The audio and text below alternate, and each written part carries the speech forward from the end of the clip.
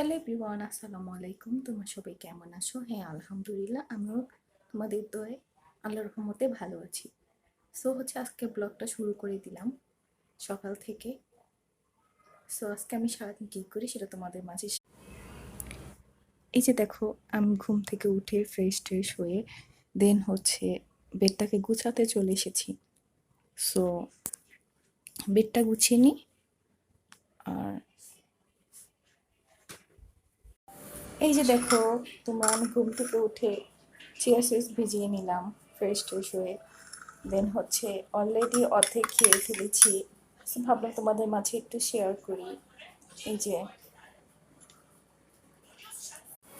Chia seeds না খালি পেটে খাওয়ার জন্য খুবই ভালো।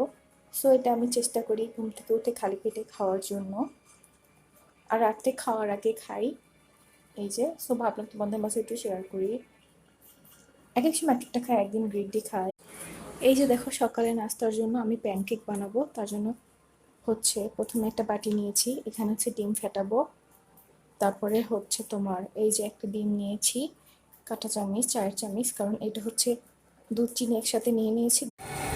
এই যে দেখো, আমি ডিমটা আর লবণ দিয়ে এটাকে ফেটে নিচ্ছি।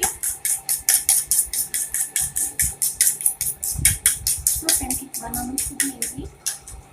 আমি মিশানো আমার হয়ে গিয়েছে। এরপরে এটা আলতো হাতে করতে হবে এই জিনিসটা।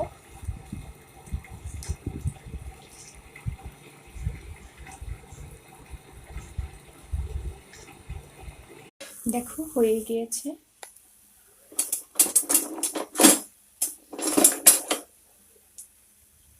আমি এটাকে তুলে নেব। না, এখনো হবে।